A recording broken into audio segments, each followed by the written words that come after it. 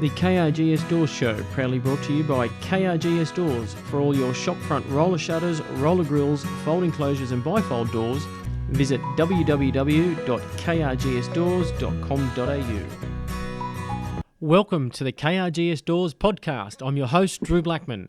The aim of our podcast is to talk to cool people with cool stories, whether it be our suppliers, customers, staff, other business owners, or people from different walks of life, and get to know them a bit better. If you're interested in coming on, drop us a line or email, or connect with us via Facebook, and we can have a chat to see what we can do. On today's podcast, I'm joined by KRGS Doors Managing Director Clayton Blackman and Brad Parker, New South Wales CEO from Mates in Construction, a mental health suicide prevention program in the construction industry. This discussion may draw out emotions if anyone has lost someone. If you need to talk to someone or need help, you can call the Mates 24-hour, 7 days a week support line on 1300 642 111, Men's line on 1300 789 978, Suicide callback on 1300 659 467, or Lifeline on 13 11 14. Please welcome to the podcast Mr. Brad Parker. Thank you for joining us on the podcast, Brad. How are you today? I'm good, thanks, considering we're in strange times and we've got a few challenges, but it's great to be with you all. What is the Brad Parker story, mate? Okay, so I grew up out in the southwestern suburbs of Sydney in a housing commission area called Green Valley, which is no longer called Green Valley. They've changed the names, but it was essentially a whole group of suburbs in southwestern Sydney who had a bad name. It had a bit of a backstory of being the Bronx of Sydney and tough neighbourhood and all that sort of stuff. But I had a magnificent childhood on mini bikes and horses, and it was almost semi-rural, sub-rural in some places with market gardens and stuff like that.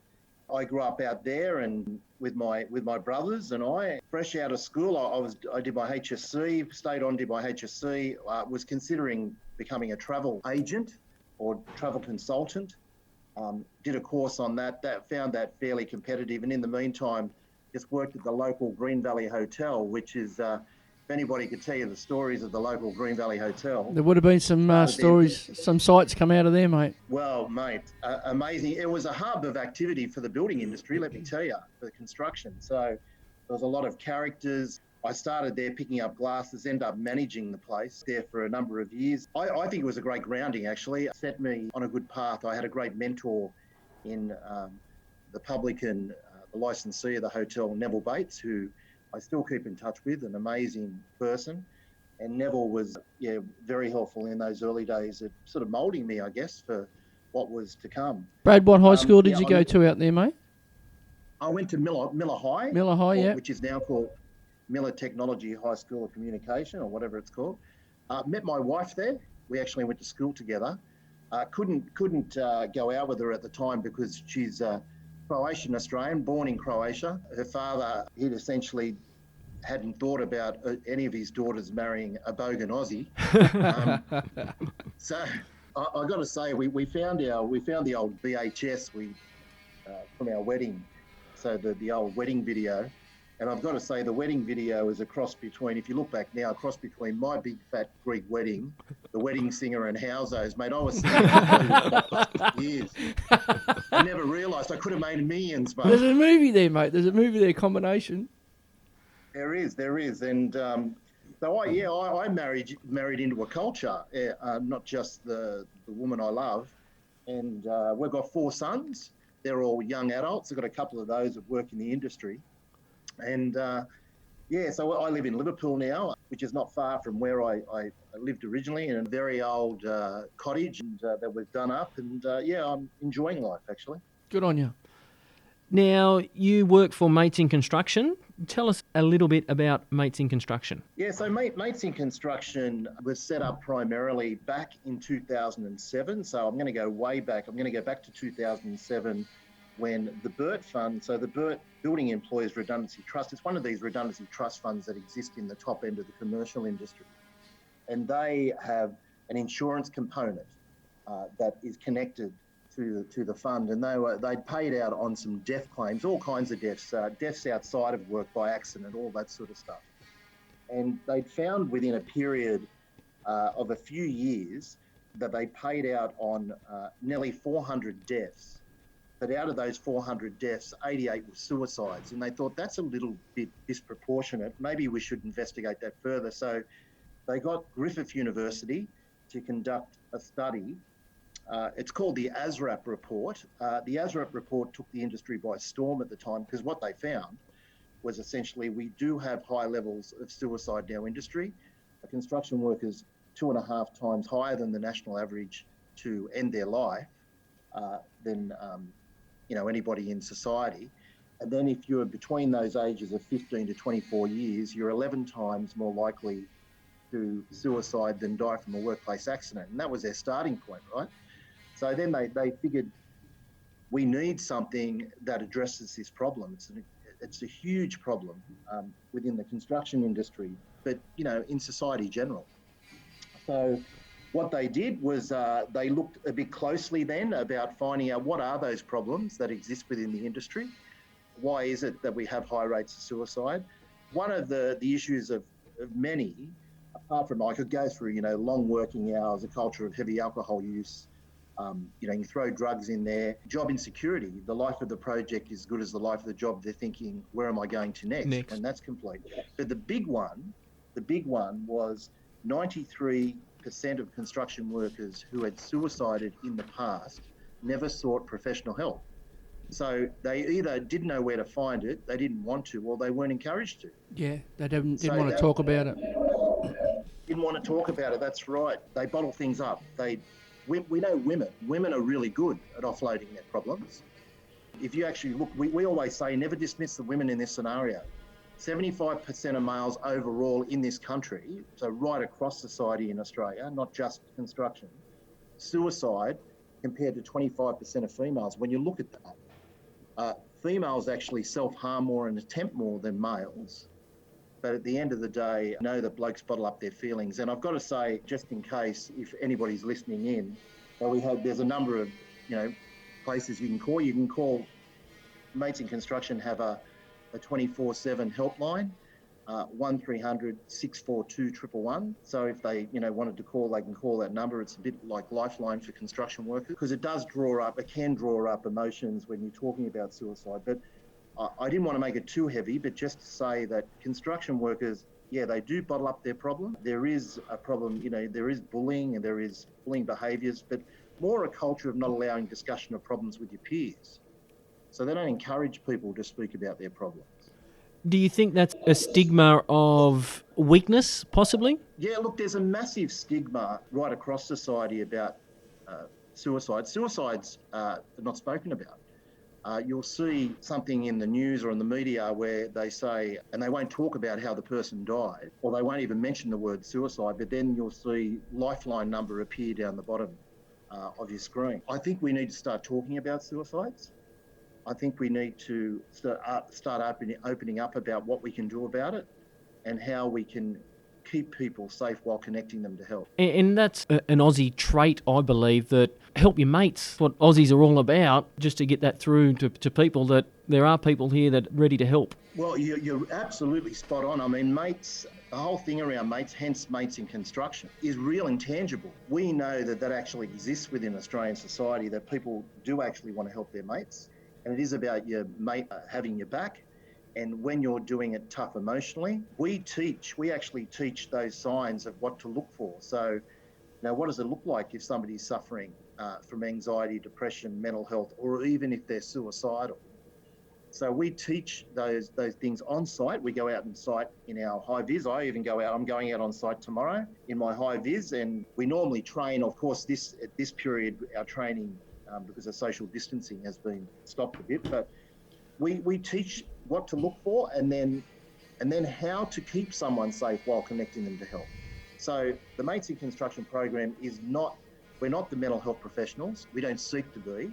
We are that bridge that's never been built. Those 93% of construction workers that couldn't find, or didn't want to seek any professional help, we're the ones that we're using people on the ground within our industry The best thing about our industry is we've got some great people. We teach them how to look after each other. Your organisation does start the ball rolling, Brad. You can't fix the problem, but you do start and point the people that do have an issue in the right direction. Yeah, thank you. We've reduced suicides by nearly 8%, 7.9%. There was a study done a few years ago when I was looking at the MATES program. We were starting at a low base though, let's be honest. But to reduce suicides, while the rest of the Western world suicides have been increasing, we've stumbled across something that actually works, and it's very simple. It's about mateship. It is about blokes looking after blokes, mainly male-dominated industry. We never forget the women. The women are actually great communicators. We know they're good at offloading their problems. They're good at help offering.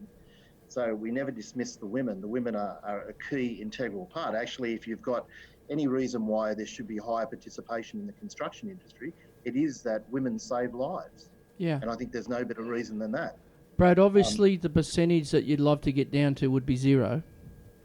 But also, how you mentioned there those figures of it's a 7% decrease or 7.9% decrease. That must make you feel extremely proud. It does. And you know what? I was in the US in another role back in 2016, and there was this big meeting in Washington, in DC. It was heads of industry, heads of governments, governors, and a whole lot of people. And I walked into this room and this woman confronted me and said, "You must be Brad from Australia." So she obviously did her homework.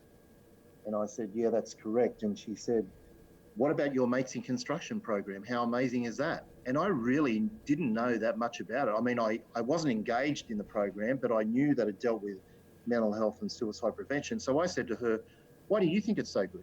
She said, "Well, blue collar industry, construction workers in Australia reducing suicides. The rest of the Western world, they've been increasing." She said, "You people are onto something there." So I couldn't wait to get back to my hotel room to Google to see what find it out was all about it. So we are considered one of the world's best practice, what we're doing. We are part of the Living Works program as well, which is a Canadian program where we use their Safe Talk. But we have developed something that is unique for Australian construction workers. Brad, how many meetings or how many times do you get an opportunity to go and speak throughout a year and talk about the situation? How often do you get an opportunity to go and preach? It's all different types. So as you know, with the Sophia, I was invited as a guest speaker at a long lunch, which I was so proud to do so. And I think the feedback was good. So you've got that sort of environment where I'll get up and speak to industry. But, it could be up to 2 or 3 times a day that I'm out there talking about this on construction sites with whoever, with everyone, from project management all the way down to labour on the job. Obviously for businesses, whether it's small business or anyone that's involved with construction, everyone's got an opportunity, Mates in Construction, to come along and have a chat to their staff. Not only do we do that, we have a free training regime, which is really the program. So the program, let me talk very quickly about how it works. We have general awareness training, which goes through about 45 minutes to an hour. We try and get 80% of the construction site. Now that's difficult because a construction site, as you know, can be a moving feast. People are coming and going, but we achieve it. We overachieve. We get about 90%. Out of that, when we get at the end of that training, we get people to put their hand up and volunteer to do the next phase of training called Connector. Connector goes for 4 hours. It goes a lot deeper. They are people who can keep someone safe while connecting the help. That's how we teach them. We get about 1 in 20 on site. We use a little bit of research that says that 1 in 20 people may have suicidal thoughts and may be fleeting, but they do have them. So we use that as a ratio. We overachieve on the 1 in 20. And then we have a third phase called ASSIST, Applied Suicide Intervention Skills Training. Essentially, that's suicide first aid, 2 days. That's not meant for everyone. You only need one person within your company or on the construction site to qualify for what we call MATES accreditation to do that. So the ASSIST is 2 days, but that's also very good. If you've got a first aider on site, why wouldn't you have a mental health first aid? It makes sense. It's as important, mate, isn't it? It's as important, but obviously we do toolbox talks, we do startups, we do a whole heap of stuff. I'm more than happy to accommodate in what we can do. And if anybody, wants to call us, I'm sure you can put them in touch with us. Look on our website. We've just changed our website. It's mates.org.au. is the one you need to look up. So that's mates.org.au. But yeah, anybody can call us. Our training is free. Yeah. The only charge we have is for assist training, which is a small fee for for catering and for the use of whatever facility. Yeah, a lot of small businesses and a lot of construction businesses, construction companies should be taking the opportunity, particularly in the environment that we are now with coronavirus. There's probably a little bit of opportunity there. There's a little bit of time where some of your staff can get trained, but it's obviously an important time for a lot of people with the workload that's on at the moment. Mate, you should be congratulated and very proud of the efforts that you're putting in. No, thank you very much. I really enjoy this role. You get to meet some incredible, amazing, impactful people that have had the lived experience. Parents that have lost their kids to suicide. That's it's an absolute tragedy. It can be very emotional. I think the World Health Organization recently came out with a figure that 80% of adults worldwide have been impacted by suicides. So the ripple effect of suicide and what it does, and I mean the cost of suicidal behaviour, whether that be fatal or non-fatal to our industry, is extraordinary. I think it's around Australian society. I think there was a 2017 study that said it was around $63 billion of a cost to our economy. So for what we do and the little time that employers give up to do, we're actually making a difference. Yeah, good on you. You certainly are. Now, Mates in Construction is Australia-wide. How many staff do you have doing the type of work? Well, guess what? We're the smallest team in Australia in New South Wales, and there is reason for that, although we have the most activity. So we punch well above our weight when it comes to the other states, and I'm going to be a bit parochial, but we don't exist in every state. We are in Queensland, Northern Territory, WA, South Australia, and in New South Wales. We're not currently in Victoria and Tasmania. There's another program down there called IncoLink, which is not the Mates program. We are in discussions, with industry people down there about trying to get into Victoria and that. I think we're up to around about 70 people nationwide. We've got I've got 5 staff in New South Wales, and then there's some casual staff that do some data input for us. We're only small. We work very hard. We get out there and we do a lot of training, we do a lot of work, but we'd like to obviously, and the reason why is because of funding. So in those other states, they have these redundancy trust funds that give them a fair bit of money. We have ACERT in New South Wales. That tends to, that's a different model. Dividends go back to members directly from those funds. So they don't have put money aside for programs like Mates, unfortunately. 30% of my funding comes from the federal government. 70% of my funding comes from the industry. The industry has been magnificent in supporting our program. Without the industry, we wouldn't have a program. So we're always looking to see better ways of trying to fund program where, that institutionalised funding, the state government. I know, Brian Seidler Brian Seidler is the Executive Director of the Master Builders Association, but he's also the National Chairperson of Mates in Construction. And him and I have got some meetings lined up this year when the coronavirus goes away, hopefully, with the Premier's Department about looking at getting some funding. So that always helps. But the generosity of our industry has been amazing. Without them, Mates in Construction would not have a program. It wouldn't be able to survive. And Brad, obviously you welcome any one that wants to sponsor, whether it's a small business or a construction company, you'd welcome with open arms. Absolutely. We have an industry partnership program where it's at different tiers and has a bit of bells and whistles that go with it. You're able to use our logo and so forth. So, I'm happy to talk to people about that if they wanted to contact me. But, the industry, without industry, they've just been magnificent. I think they get it. They get the Mates in Construction program.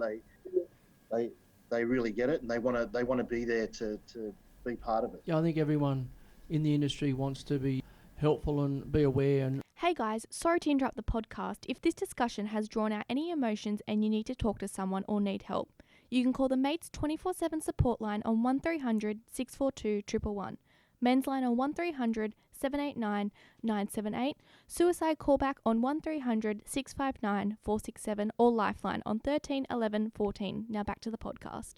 Those millions of dollars that you mentioned before that are paid out, I'm sure you'd like some of them to be paid beforehand as a prevention rather than a reaction. Absolutely. I think it is very disproportionate about the amount of money that goes into, the terrible stuff that occurs through mental health and suicide. The amount of money that we sort of spend as a state or federal government. And really, they are the ones that it impacts most on, believe it or not. I shouldn't be saying this when I say to our industry people, they want to contribute to Mates because they're just good people. But if you actually look at the cost borne by anyone, it's borne by government more than anyone. So government needs to sort of, I think, sometimes I do get frustrated. At Mates, we are Switzerland. We need to sort of step lightly between all the politics and all that sort of stuff. But I do get frustrated by them not sort of looking at, we can actually save money by investing in good programs that actually have good outcome. And we are an evidence-based, research-based program as well. We have academics that sit on each board. In New South Wales, I have the Emeritus Professor Michael Quinlan, who is sensational. And they come together and they're always looking at what we're doing, our research and evaluate, make sure that the program is addressing the concerns of the industry. I just want to apologise to everyone for the background noise. It seems that every time we record a podcast, grinding guy likes to do the grinding or our crane starts working, but it does prove we're still working away. business as usual. I didn't hear a thing, so it was fine from my end. We can hear it here, mate. It's every time the crane's going on, just every time. What's the biggest challenges you face in your role? Well, I think funding is a main part. We're always looking to have a sustainable funding model that we can't keep up with demand. As I mentioned earlier, we're a small team. We work at it hard. I'll give you an example. I was asked to go out a few months ago to the Parramatta Light Rail project. I had to meet with one of the heads of their consortium, and he said, we need you out here like tomorrow, 2 of your people at least 3 days a week. And I felt like saying at the time, do you want the reality slap in the back of the head now? We're not going to be able to deliver because our training is out to 3 months in advance generally. I mean, obviously with the COVID-19 stuff going on, it's a bit different. But we're in high demand and we can't keep up. And then, I've been on road tours with Master Builders Association and gone out to regional areas, and the drought alone is one thing, but then mental health problems are more pronounced in those regional areas with those small businesses. And once I give my speech, at the end of it, they're lining up. They're lining up to talk to you. That they see you as something that they need to latch onto, and if we can do something for them. So I do get frustrated that we're not funded enough to do the great work we do. And as I said, it's evidence-based. I mean, we are making a difference. We are making a difference in reducing suicides. Brad, you talk about Mates in construction, and you just talk about going out into those regional areas. Obviously, there's a similar problem there with our farmers. Do you know if there's a similar program or something for our rural community? Well, look, you're spot on. Every time I go to these regional areas, they line up and they say, we need mates in agriculture. Yeah. We need mates in farming. We need mates in regions, I mean, we can adapt. We've actually moved to mates in mining, mates in energy. In New South Wales, we're looking at now bringing up mates in energy. We have mates in New Zealand, so Mates in Construction New Zealand, we launched that late last year, and that's going gangbusters. But they really need a program like ours. They come running at the end of it. Like I said, they line up, they want to talk to you. I think I can see mates in everything eventually. I mean, that's what gets me frustrated. There's some stuff out there. I'm not going to mention names, but there's all these suicide prevention, mental health programs nationally, some really big ones. But when you look at activity on the ground, they're not there, right? They're not there. So The frustration's huge. But look, we will get there eventually, I think. I think the big thing too, as you mentioned, relates around mates, that it's sometimes easier to open up to your mate rather than ring a number and talk to a not known, or there's someone that you work beside does know a little bit about yourself and your background that you can open up to. Well, we say that construction workers spend more time at work with their work colleagues and their workmates than they do with their loved ones, family or friends. We do. So we say you are better placed to be able to pick up signs then they're not doing so well. Then we get them to encourage them to call it out. It can be confronting. In the Connectar course, we actually teach them to ask that very confronting question. Are you thinking about suicide? Are you thinking about killing yourself? Because we need to triage people. We need to know exactly where they're sitting at that time and how to connect them to help, where they need to go. So the mates stuff is real and tangible, and it makes a difference. So it is about opening up the discussion around what to look for and how to connect them to help, but also just being a good mate. When you go out to speak to a business or anyone involved in the construction industry, is there a minimum people that you require to come out and have a chat to them? Not particularly. If you're doing the training, we ask them to try and at least have 20 people to do the general awareness training. So attached to the training you do, with Connectar, you need the same amount, 20 people. I mean, we've done 20 up to 500. Yeah. I've done 500 people on one big site in one day. I wouldn't sort of, say it's the way to go, but look, we still do it. With toolbox talks or sort of general sort of discussion around mental health and suicide prevention, doesn't matter. I only ask, mate, because there's obviously companies that listen to our podcast and would be interested to talk to you and have you attend and invite you out to their premises. So just if anyone wants to get in touch that way and talk to Brad or Mates in Construction, anyone that's can get 20 people together, it's well and truly worthwhile. Yeah, and if they're having a barbecue or something and they're just getting people around a barbie. You do love a barbecue. I love barbecues, mate. I love them, There may even be an opportunity whether there's two businesses that could come together, that they may only have 10 each, but certainly come together to get those numbers up. Yeah, that's fine. Yeah, you can do that as a collective, but if they're a very small business, but yeah, no, that's fine. And we ask them to invite all their admin staff, the women that are not out on site doing work, or the blokes are not out on site doing work, because they also may well have some mental health issues or family members that they're worried about. On the flip side, do you find that the training may not be for everyone because, hey, I may not want to be put in that position to ask the question of, are you thinking of suicide and things like that? Yeah, so it's done in a controlled environment. That's first and foremost. There's always two people that we have, and they're trained to spot the signs. So we always say to them, before we start our training, we'll ask you to turn your phones to silent, not for our benefit. It can be for the benefit of somebody sitting beside you. We are going to be talking about suicide. We are going to be talking about a tough subject.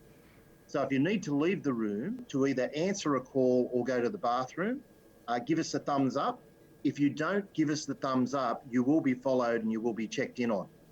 So we make them comfortable for them that they're okay to leave. You can get up and leave at any time, right? But if you are overcome, we do need to check in with you and make sure you're okay. We have had that from time to time when people, have lost somebody close to them, and it's dragged up all these, the stuff, and it can be a problem. But what we do find mainly is those people because mental health can be complex. There can be a number of mental health issues. And what we try and do is we normalise it for them. So we find that they become our champions of our program. They want to get involved actively because we have normalised it, because we're talking about mental health openly. 100%, and that does make a huge difference. Now, how can people get involved with Mates in Construction? They can contact us through our 1300 number. Do take calls there as well for that, 1300 642 111. Or they can email me. By all means, they can email me, bparker@mates.org.au. I can have a talk to them about what's going to work for them and how they can get involved. Not a problem. Great. Now, away from work, how do you relax? Well, I've been working at home lately, well, not every day. Tomorrow I'll be out and about. But yeah, I enjoy doing a bit of gardening. Believe it or not, I thought that was an old man sort of thing, but my grandmother was a sensational gardener, and I remember her beautiful gardens and all that. And I do have an old cottage, so you have to have a cottage garden. You can't have anything else. So I don't mind doing a bit of gardening from time to time. I'm a big sports fan. I like all kinds of sports, but I'm pretty big with the NRL, although that hasn't been on recently. And I'm a tragic Dragon supporter. There's nothing. No, they're not tragic, suffering. mate. We're all. There's only two types of. There's only two types of people. There's those who are and those who want to be. That's right. Yeah. Well, I'm a Red V member. I go to the games. I love watching my Dragons play. And my son, I do that with my sons. A couple of my sons, of course, they're all Dragon supporters. They wouldn't be allowed to be associated. Absolutely. with them, my daughters are the same. They're either follow St George or they can move out. Yeah, Who's your favourite Dragon of all time, Brent? Yeah, good question. I love Chang'e, Graham Langland, simply because I remember in the 70s, I'm going to quickly tell you a story, at the SCG, I think it was the semi-final, I think they lost against Manly I think it was 1970, and Manly's kicked the ball down to him, and he basically sidestepped the whole team, I think, twice over. It was the most breathtaking run I've ever seen in my life, right? And I couldn't believe it, the big sidestep he had. I mean, his career ended, unfortunately. Tragically. Tragically, yeah. Look, there were so many great players. I mean, Teddy Goodwin, I remember him. The great Lord. Those players, yeah. But those great players, they can exist in other teams as well, where the crowd just seems to stand as soon as they get the ball. You know they're going to do something. We don't know what they're going to do. Lord Ted was the beauty of it. Lord Ted was my my first rugby league hero. Yeah, well, I think we're sort of vaguely related to him. His wife oh, really? Come from my father's side of the family. Yeah. But I remember back in the old days at Cogra I think we used to call them the St George Drunks, who had the big, the Lord Ted banners up and the Teddy Goodwin stand and all that sort of stuff. And they used to sing songs, and they used to be quite hilarious. They don't make them like that anymore. To wrap up the podcast, we ask all our guests our Fast 5 questions. So they're just a rapid fire, just to get to know you a little bit better. What would be your last meal? Definitely sarma cabbage rolls, Croatian cabbage rolls that my wife makes. Everybody lines up for them when they hear about her making them. Being the Aussie bogan that you mentioned before, have you eaten them before you met your wife? I did actually, and I got to say, a lot of those tastes when you're an Aussie bogan, they're an acquired taste. Once you really get into, and my sons love them, everybody loves them, my brother-in-laws, whenever she's making them, and I'm just looking over at her, I can see her just from where I'm sitting. Whenever she makes them, she puts out the call to everyone, says, oh, I'm making them, and I don't call them. Like, there's less left for me. But yeah, no, they're an acquired taste, I guess. But you like them. I'm sure you both like them, actually. That's a bit like in our family. Our grandmother on mum's side, she used to make jam drops. So they're a biscuit with jam in the middle, and you couldn't beat them. And our mum made some the other day, and I told her not to tell Clayton because then there'd be less for me to have. Yeah, that's right. I got a small batch brought into work on Monday, and there was no way, shape, or form that they got home. They weren't being shared. They weren't being shared amongst my family whatsoever. What's your drink of choice? Oh, look, I don't mind a beer every now and then, but I love bourbon. Although, in saying that, I've got to be careful with the bourbons because I don't think they completely agree with me. But also, I was in London in May last year, and I would never have thought that I would have liked a smoky gin and tonic. And a mate of mine took me to like a pub that specialises in their gin and tonics, and I had several smoky gin and tonics.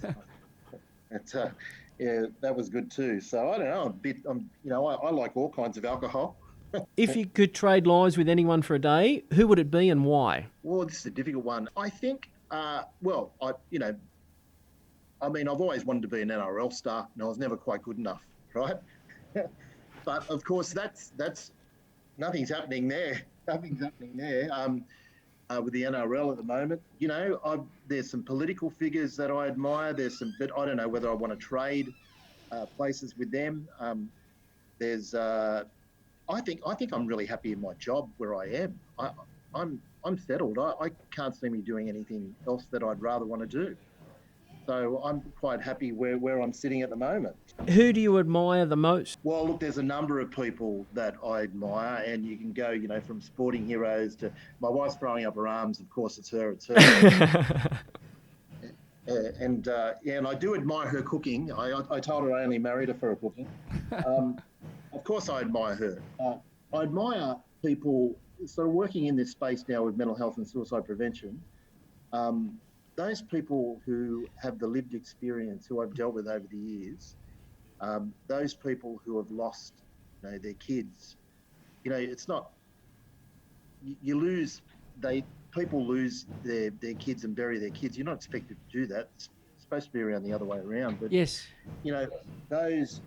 those people who work in that area and work passionately about what they do, and those people that get behind the program who have the lived experience, they're the people that I admire most in life, and the ones that are doing it tough, Yeah. And finally, if heaven does exist, what would God say when you arrive at the pearly gates? Well, I reckon he'd probably say you're not perfect and you've done a few things that are a bit iffy, but at the end of the day, you've probably done a few good things. Lucky I'm a Catholic because you're forgiven, right? So I'd say, you're not perfect, but look, we're going to let you in. We think that we might be able to use you up here. Hopefully that's what he'll say. That sounds I'm like sure a good plan. Will, mate. I'm sure he'd be admiring someone like yourself that's putting a lot of time into that. Well, I think it's a plus I'm a Dragon supporter, isn't it? Oh, It's a win-win, mate. It's a win-win. Well, I remember a joke they'd say that what would happen if Jesus came to Jubilee Oval and someone said, I'd move Barrett to halfback and play him 5'8". Exactly. Well, they say Dragon supporters are closer to God than anybody else, so there you go. We're tribal, mate. We're tribal. Yeah, right. If people want to get in contact with you, Brad, how can they do that? Yeah, just our 1300 642 111, and that's our national number. It's also a helpline, but that'll be the first port of call. Or, as I said earlier, email me direct, bparker@mates.org.au. Keep up the good work. You're doing a tremendous job, you and your team. We just thought it'd be a good opportunity to have a chat on our podcast, particularly this time of in this environment. And it's been great to chat as always. And, mate, if our company, KRGS Doors, can do any way to raise some money for your cause, please don't hesitate to give us a call. Anything that we can support you and your cause for, we'd be extremely happy to help. Thank you so much, and it's been a privilege today to talk to you all, and we encourage anybody to get on board with Mates. It'd be fantastic. 100%, and I'll just echo what Clayton said there. You should be extremely proud of those statistics that you mentioned before of the reduction and things like that you are doing a great job. That number again is 1300 642 111 or www.mates.org.au if you need some help there or your business. And it doesn't have to be the boss that makes the contact. If you're the apprentice or you think someone at work can help, by all means make the call. For sure. Yeah, and invite me to Barbies. Brad, thank you again, mate. It's been a pleasure to talk to you. Yeah, pleasure too. Thank you very much. Thanks, Cheers, mate. mate. We'll do it again soon. That wraps up our chat with Brad Parker, New South Wales CEO from Mates in Construction. For more information on Mates in Construction, visit www.mates.org.au. If this discussion has drawn out emotions and you need to talk to someone or need help, you can call the Mates 24-hour 7 days a week support line on 1300 642 111. Men's line on 1300 789 978. Suicide callback on 1300 659 467 or Lifeline on 13 11 14. If you have missed any previous episodes of the KRGS Doors podcast, you can download them from our website www.krgsdoors.com.au/podcast or on your favourite podcast player, search KRGS Doors. Don't forget to hit the subscribe button so you don't miss any future episodes. This also boosts our ranking and my ego. On our next episode, we chat with Ben Futrell, a business coach with Max My Profit, and discuss how you can diversify your business in this current climate. As always, you could be anywhere in the world, but you're here with us. Thanks. Till next time. The KRGS Doors Show, proudly brought to you by KRGS Doors. For all your shopfront roller shutters, roller grills, folding closures and bifold doors, visit www.krgsdoors.com.au.